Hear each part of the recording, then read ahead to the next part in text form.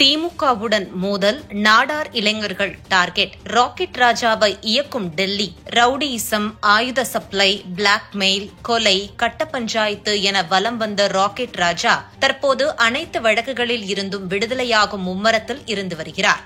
அத்தோடு எப்போதும் தலைமறைவு வாழ்க்கை வாழும் ராக்கெட் ராஜா தற்போது சென்னையில் உள்ள வீட்டில் தங்கி யூடியூப் சேனல்களை சொந்த ஊருக்கு அழைத்து சென்று தனது வீட்டை சுற்றி காட்டி ஹோம் டூர் வீடியோ எல்லாம் போடும் அளவிற்கு சமுதாயத்தில் இணைந்து செயல்பட ஆரம்பித்துள்ளார். ரவுடிசத்திற்கு என்கார்ட் போட்டு சமுதாய வாழ்க்கை வாழ வேண்டும் என ராக்கெட் ராஜா துவங்கியதுதான் பணங்காட்டு படை கட்சி. ஆனால் இந்த கட்சிக்குள் நுழைந்து கடைசியில் கட்சியையே ஆட்டையை போட்டு ராக்கெட் ராஜாவுக்கு அல்வா கொடுத்துவிட்டு சென்றார் ஹரி நாடார். இந்த நிலையில் திமுக ஆட்சிக்கு வந்த பிறகு தலைமறைவாக இருந்த ராக்கெட் ராஜாவை போலீசார் தேடி பிடித்து கைது செய்தனர்.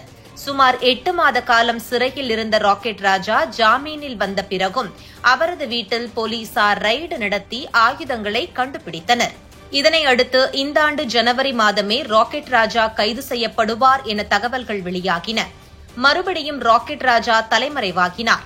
இந்த நிலையில் வீட்டில் கைப்பற்றப்பட்ட ஆயுதங்கள் தொடர்பான வழக்கில் ராக்கெட் ராஜாவை கைது செய்யாமல் போலீசார் தற்பொழுது தவிர்த்து வருகின்றனர். இதற்கு காரணம் ராக்கெட் ராஜா தற்போது டெல்லியில் உள்ள பெரும் அதிகார மையம் ஒன்றோடு நெருங்கிவிட்டதுதான் காரணம் என்கிறார்கள்.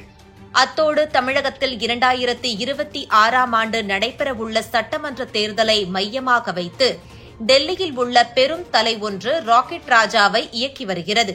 கடந்த 2021 சட்டமன்ற தேர்தலில் ராக்கெட் ராஜாவின் பணங்காட்டு படை கட்சி சார்பில் ஆலங்குளம் தொகுதியில் ஹரி நாடார் போட்டியிட்டார்.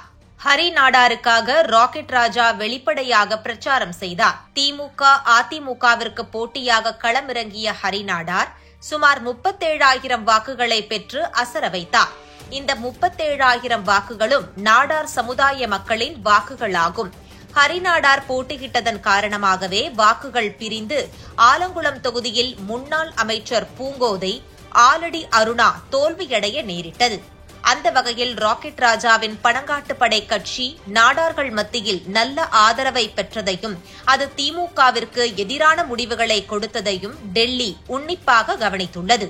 மேலும் ராக்கெட் ராஜாவின் பணங்காட்டு படை கட்சிக்கு விழுந்த வாக்குகள் அனைத்தும் நாடார் சமுதாய இளைஞர்களின் வாக்குகள்.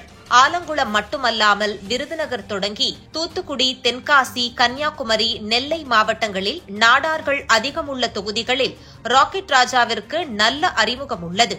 இதனை அடிப்படையாக வைத்து ராக்கெட் ராஜா மூலமாக திமுகவின் வாக்குகளை பிரிக்க டெல்லி திட்டமிட்டுள்ளது. ராக்கெட் ராஜா மீதும் கொலை வழக்குகள் தொடங்கி ஆயுத கடத்தல் வழக்குகள் வரை என ஏராளமான வழக்குகள் உள்ளன.